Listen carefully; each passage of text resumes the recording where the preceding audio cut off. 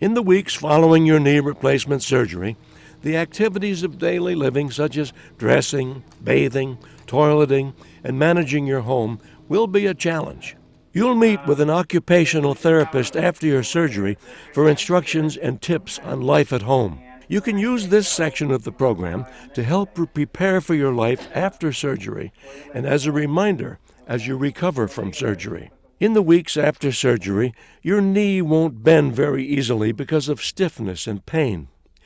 Your ability to manage the activities of daily living will depend on your flexibility and range of motion.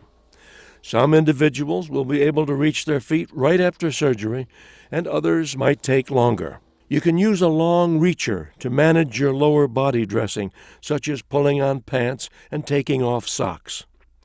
Always dress your operated leg first, as it is less flexible. You can use a sock aid to put on your socks. Make sure you put the sock all the way on the device. A long-handled shoehorn can help you put your shoes on. Consider using slip-on shoes for convenience in the weeks after surgery. Your occupational therapist will talk to you about getting in and out of the shower safely.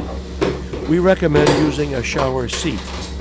If you have a walk-in shower, you can bring your walker into the shower with you.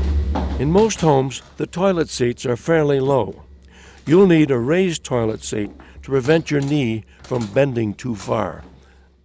After joint replacement, care must be taken when getting in and out of bed, getting in and out of a chair, moving around in a walker, or using the stairs.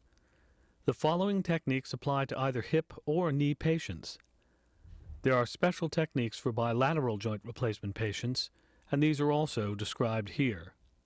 Getting in and out of bed with the hip replacement.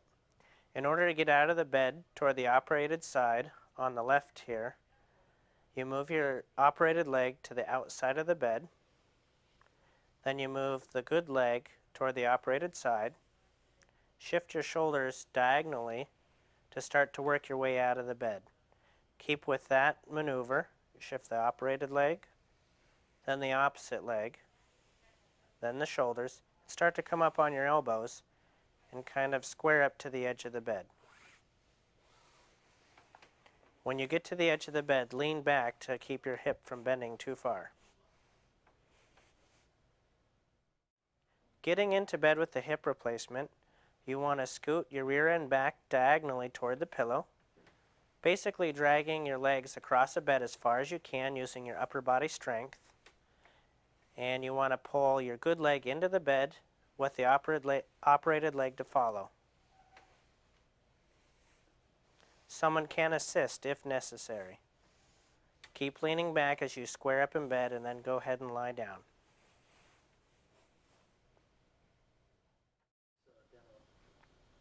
Sit to stand after single knee replacement, using your arms to assist for getting out of the chair.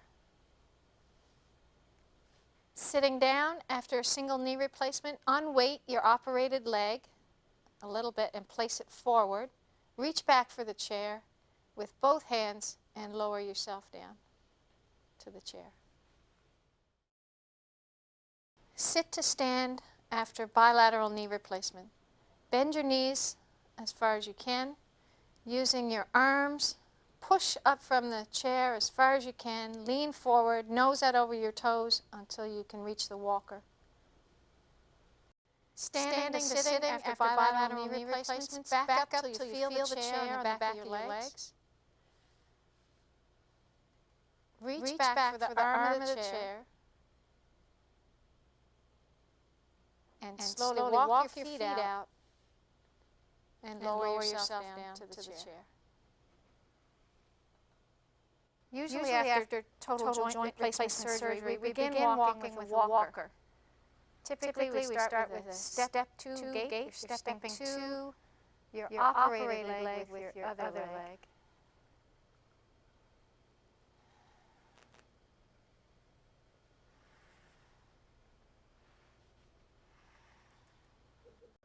A progression from the step two gait is to step through, using the walker, placing it slightly in front, stepping past the other foot.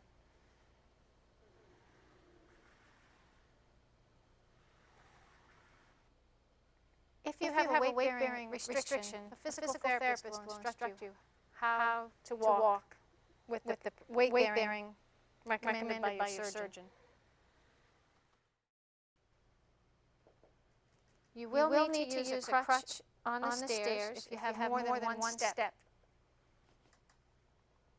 Holding the crutch in one hand, use the railing on the opposite side. Leading up with your unoperated leg, going up the stairs.